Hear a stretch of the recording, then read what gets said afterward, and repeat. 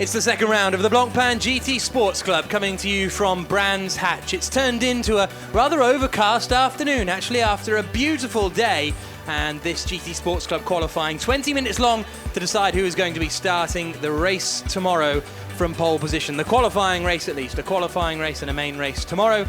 And there you can see the cars making their way up towards Druids. 21 degrees, the air temperature. Track temperature is 26 degrees, but the humidity feels about 1,000,000,000% at the moment. As the cars make their way out on their out lap. And this GT Sports Club for drivers who are rated bronze in the bronze, silver, gold, platinum FIA categorization. So we've also got Iron Cup as well, which is for drivers over the age of 60. So the cars making their way out onto the circuit now. There you can see them coming down through the right-hander, or coming up through the right-hander, I should say. There's Jean-Michel Barth in the number 12 WRT Audi. Drivers to watch out for in this session include the likes of Michael Lanting, who won the Iron Cup last year. We've got Mario Cordoni, who is a very quick driver, although he only managed to finish 17th in free practice earlier on today, only completed 7 laps. Here's the way the championship stands at the moment. After a great weekend in Misano, Mario Cordoni is leading the championship. Nicolas Mislan is second in the championship, but not here this weekend. So great opportunity for Cordoni to extend his lead. Pier Giuseppe Perezzini as well, not racing this weekend, and he's third in the championship. So really, Martin Lanting is the only man out there that is going to try and stop the charge of Mario Cordoni. The fans watching on, as these may be bronze-ranked drivers, but they are still very, very quick drivers. There's no doubt about that. And it's still 19 GT3 cars. Okay, we've got 37 in the Blancpain Sprint Series, but considering this is just an amateur championship, essentially, it's a very, very healthy entry list. And there is the 48 car as it comes through, and that is the Martin Lanting in his AF Corsa machine, coming up through the left-hander of Surtees and then plunging down Pilgrim's Drop. Patrick van Klabacher has gone fastest in the first sector so far, but this is the first lap out there for these drivers. Martin Lanting, the Iron Cup champion last year. He was second in the Dutch Supercar Challenge back in 2014 before joining to move into the Blancpain GT Sports Club. So all these times are going to be personal bests at the moment. And oh, that was a close one there for Martin Lanting. That is a nervy moment, just getting a wheel on the grass on the exit of Dingle Dell. And now he drops down through Stirlings and in towards the final corner at Clearways. So we'll see what this lap time is. Quickest lap time we saw in free practice was a 27.3 set by Michał Broniszewski in the number 11 Kessel Racing Ferrari, and that is the car and driver that is racing in the Blancpain GT series as well. So double duty for Michał Broniszewski as Lanting goes in a little bit too deep into Paddock Hill Bend. For a lot of these drivers, it is their first tour of the Brands Hatch circuit. The GT Sports Club didn't come here last year. And this is Claude-Yves Gozolin in that fantastic Saint-Lock Racing Corvette.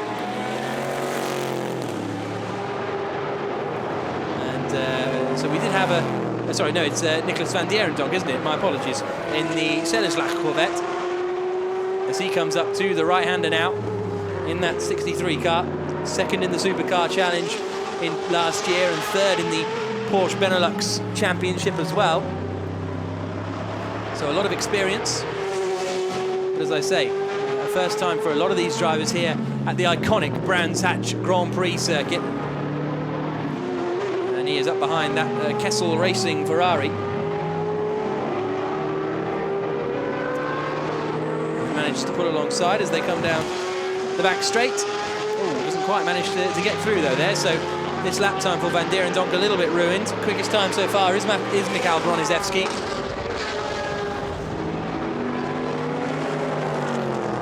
And he's done a 1:29.1, so we're still a couple of seconds off the ultimate pole position pace. Van Dierendonck has gone second quickest. Third quickest is Lanting, although up into second place has just jumped the 17 car of Coach McKenzie in the Harry Procek Racing Lamborghini.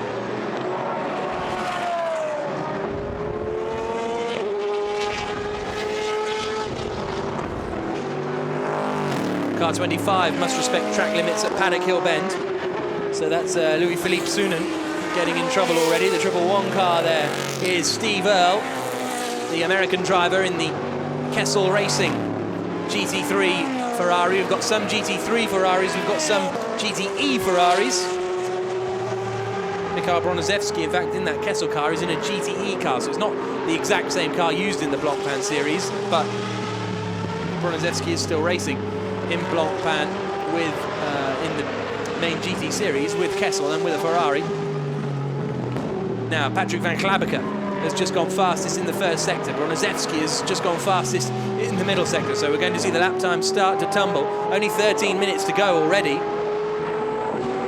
Not much opportunity for the drivers to get out and get these lap times in. Broniszewski across the line to do a 28.2. Still a second slower than he managed earlier on. What's Steve Earle going to manage as he comes out of Clark Corner?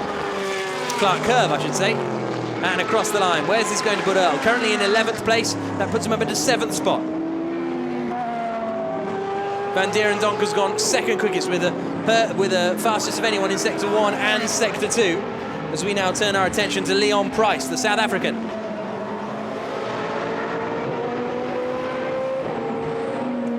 Now we're going with the 488, and an awful lot of curb there for Patrick Van Klabbeke. Personal best in that first sector. The middle sector, though, nothing to write home about. And let's see what Van Klabbeke's got coming into the final corner. He is out, as you can see, in the AF Corsa 488 entry, and he is currently fourth quickest, and he remains fourth quickest. So no improvement for Patrick Van Klabbeke. And this is Broniszewski, the man quickest at the moment.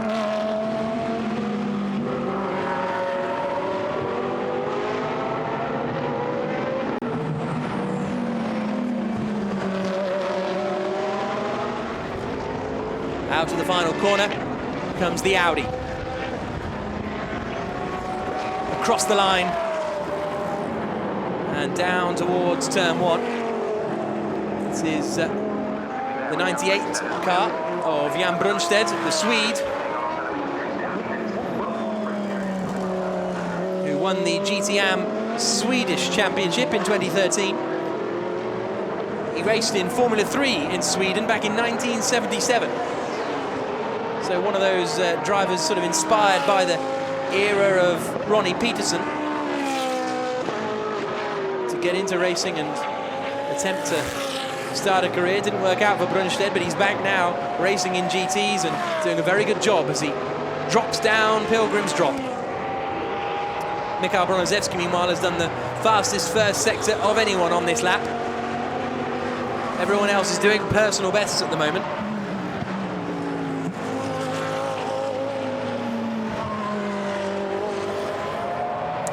A couple of new entrants this weekend. I suppose the most notable is the BMW M6 entry in the hands of Karim Ojay. And those of you who are familiar with the Blancpain series will know Karim Ojay. He's raced pretty regularly there. So Broniszewski quickest at the moment on 28.2. Then Van Klabbeke. Karim Ojay's just gone third quickest. Third quickest. It's Van Dierendonck, my apologies, in second. Then Van Klabbeke in fourth. Jan Brunstedt fifth. Martin Lanting sixth. Across the line comes Brunstedt, and he goes third quickest now. Broniszewski comes across the line, he goes even quicker, a 26.6 now for Mikhail Broniszewski, which puts him 1.7 seconds clear of the rest of the pack at the moment, led by Van Dierendonck in the Corvette. And there is Karim Ojay. Oh, we've got a car off at the final corner. It is the Corvette. Nicholas Van Dierendonck facing the wrong way on the exit of Clearways. Hopefully he can get that car going again and spin it around, because he hasn't ended up in the gravel trap. But it's a case of getting the car going again.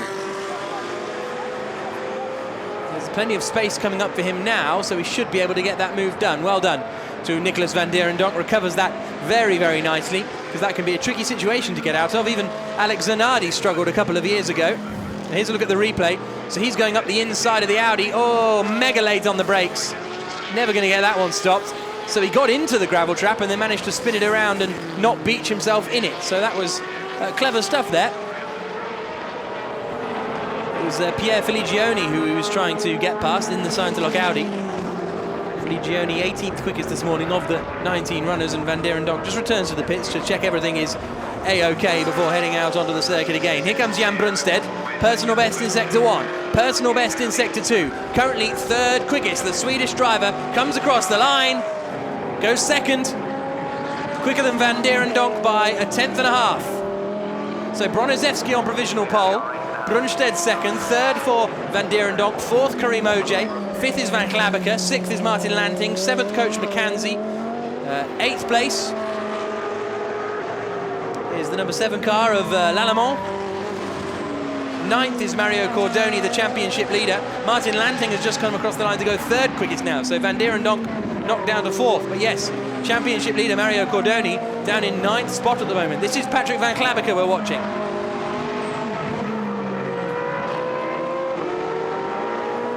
The Belgian started racing in the Porsche GT3 Cup Benelux and picked up one podium here last year in the Blancpain GT Sports Club as Van Klabaker comes through the final corner. What can Van Klabaker do? Currently sixth quickest, and he moves up into 5th place there. Here's Karim Oj, personal best in sectors 1 and 2 in that Boutsen-Gignon BMW. Across the line, Karim Oj, any improvement, he moves up to 5th place. So he and Van Klabaker pretty much swapping places. Wasn't a great final sector for Karim Oj, so there's more time to come from him. This is Martin Lanting, reigning Iron Cup champion. At the moment, Jan Brunstedt is in 2nd place and on pole position for the Iron Cup. Lanting second in that battle at the moment. 7.5 minutes to go here at Brands Hatch in qualifying for the Blancpain GT Sports Club. An initiative launched last year, had a reasonable grid, but it's really flourished this season. Can Lanting improve and take 2nd place away? Yes, he can. He beats Brunstedt again and sets the fastest final sector of anyone, and gradually they're starting to close in on that advantage held by Mikhail Broniszewski at the top of the leaderboard. So Broniszewski, Lanting, Brunstedt, Van Donk, Oj, Klabaker. Pons is up into 7th place now, McKenzie in 8th, Cordoni 9th. And here's Leon Price, the South African. He's up behind Van Donk, a personal best in Sector 1. He's currently in 11th place, Leon Price. Can this get him into the top 10? No, it can't. No improvement, in fact, by Leon Price. Oh, no, he did improve, but not by quite enough to get himself into the top 10. Broniszewski, the man who's on provisional pole position, is the only man in the pits at the moment, as we see Martin Lanting again with a good first sector, personal best.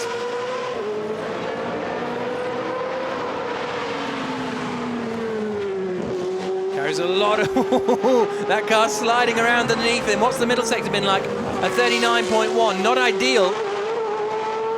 In fact, a second slower in that middle sector than Mikhail Broniszewski.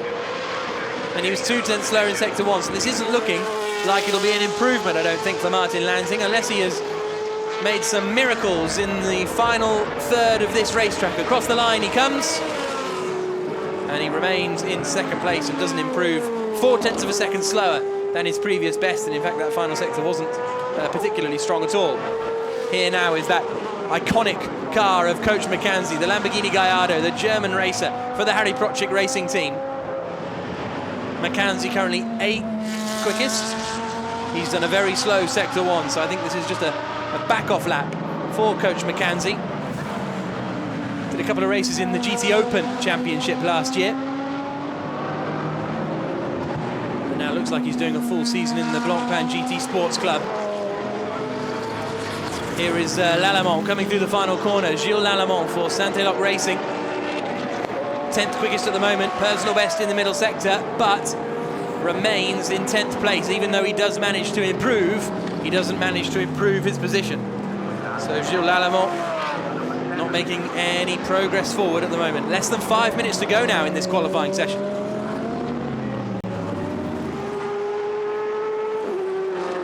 Here's the 65 car, which is in the hands of Alexis de Bernardi.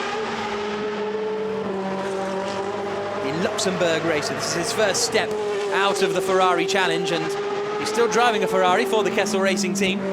but he's moved away from that single make series, racing against other GT marks, and he's had a good first sector, reasonable middle sector. At the moment, De Bernardi is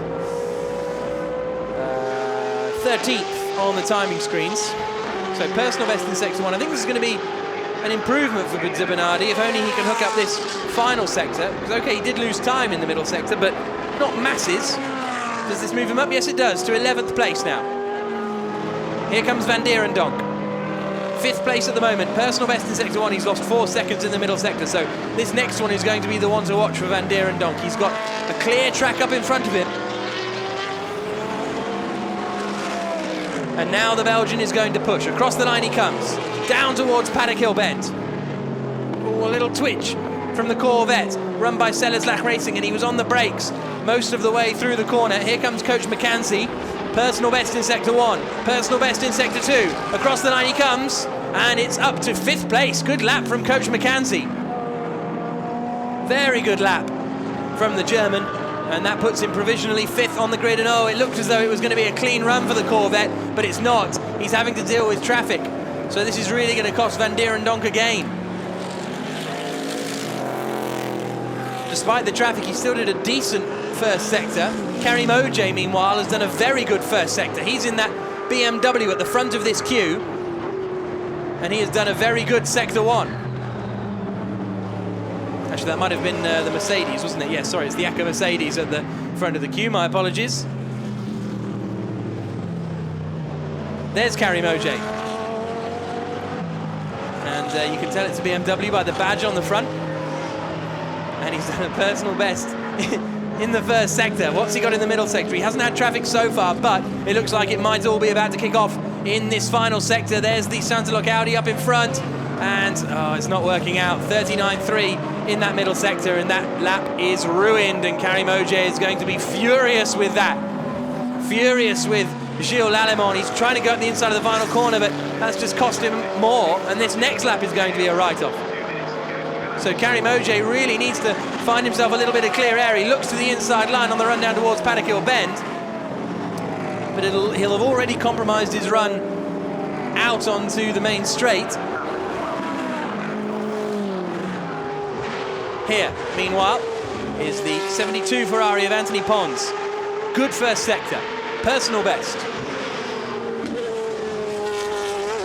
Mario Cordoni's done a personal best in the middle sector as well, but his first sector is nowhere really. Van Donk has done a very good first sector too, so the time's really starting to tumble. Pons on the brakes, really carrying some good speed through there. And a personal best in the middle sector too. He's a fraction down on Broniszewski in sector 1. He's a couple of tenths down in sector 2. This could be a second place here for Anthony Pons if he has hooked up this final sector. Out of the final corner comes the Ferrari driver. Where's it going to put him? It's 4th. The final sector lost him a lot of time. Here's Van Donk, who has done a good first sector now that Selleslach Porsche has got some space. Good middle sector as well. At the moment, he is much quicker than Pons, so this is going to put Van Donk up into the top 4. But how far into that top 4? That's going to be the question. Across the line comes the Belgian, and it's second quickest. The fastest final sector of anyone. And the gap to Broniszewski now just 0.7 of a second. Here's Mario Cordoni, championship leader. Good first sector. A couple of tenths down on where he'd want to be. Maybe 3 tenths down, probably. We'll see what he's got in the middle sector. Across the line, there's a 40.0. That's 2 seconds he's losing to Broniszewski in that middle sector. And that middle sector is the brave part of the track. That's the place where you need that courage to go for it through Hawthorne, through Westfield, through Dingledale. Across the line comes Cordoni. Any improvement? No. Remains 9th. The championship leader will start at best 9th on the grid for the qualifying race tomorrow. The checkered flag is out in the Blancpain GT Sports Club qualifying session. A thumbs up from the fans, but it'll be a thumbs down, I think, for Mario Cordoni. Frustration for him. He took pole position in Misano, but he's going to be nowhere near the front of the grid. He's dropped to 10th already. because De Bernardi has jumped up into 5th place. So who else there is on a good lap? The 39 car of Willem de Pundert, who we haven't actually seen much of today, but he's on a personal best lap. He's currently down in 15th place. Karim Oje is here coming towards the final corner, and he's not had a great first or second sector. 8th at the moment. Remains 8th. A couple of tenths down on his personal best. And De Pundert has come across the line and had a poor final sector, so he remains 15th. Coach McKenzie has not improved either in sectors 1 or 2. Across the line comes the German, and he remains in 7th place, and that concludes our drivers who are going to set a lap time here in GT Sports Club qualifying. Mikhail Broniszewski is going to be the man to start from pole position in the qualifying race tomorrow. Really good performance from Broniszewski. The 2009 GT Open champion, second in the Pro-Am Championship in the Blancpain Endurance Series last year, so knows what he's doing, and he's demonstrated it today by taking pole position by 7/10 of a second over Nicolas van Dierendonck in that Selleslach Corvette. So 8 points for a win in the qualifying race tomorrow. And that is the conclusion of this qualifying session for the Blancpain GT Sports Club. Make sure you join us for their 2 races tomorrow. Here's a look at the results of the qualifying session here at Brands Hatch. Mikhail Broniszewski taking pole position, the Polish driver, 7/10 of a second clear of Nicolas van Dierendonck in second. Martin Lanting will start the first of the Iron Cup drivers in 3rd place. Patrick van Klabbeke 4th on the grid, with Anthony Pons completing the top 5. Mario Cordoni, championship leader, will start down in 10th place. Very frustrating for him. Gilles Lallemand in 11th place in his first appearance of this 2016 Blancpain GT Sports Club season, with Leon Price completing the top 12. Then we've got Jean-Michel Bart down in 13th place. He was running very high at the order in Misano, so he'll want to get a good run in. Didn't see Claude-Yves Gozlan in that session, and I don't think he made it out in free practice either. No, he didn't, so we'll have to find out what happened to Claude-Yves Gozlan there. It'll be Michael Luzic who is the slowest of the runners. So that 20-minute session was action-packed, frenetic, frantic, all the F words, and the 48 car of Michael Lanting was one to watch out for in the early stages, and he still ended up as the fastest Iron Cup driver, despite that very dodgy moment on the exit of Dingle Dell. Then we had a good run from Jan Brunstedt, really impressive performance from him. And then we had this moment for the Selleslach Porsche. He still managed to recover, did Nicolas van Dierendonck, and get in a good lap time, but that little trip to the gravel didn't help. But pole position, as we see Jean-Michel Bart just losing a little bit of time there, but pole position going the way of Mikhail Broniszewski. He will start at the front for the race tomorrow for the Blancpain GT Sports Club. Join us at 11 o'clock tomorrow morning for the 25-minute race. See you then.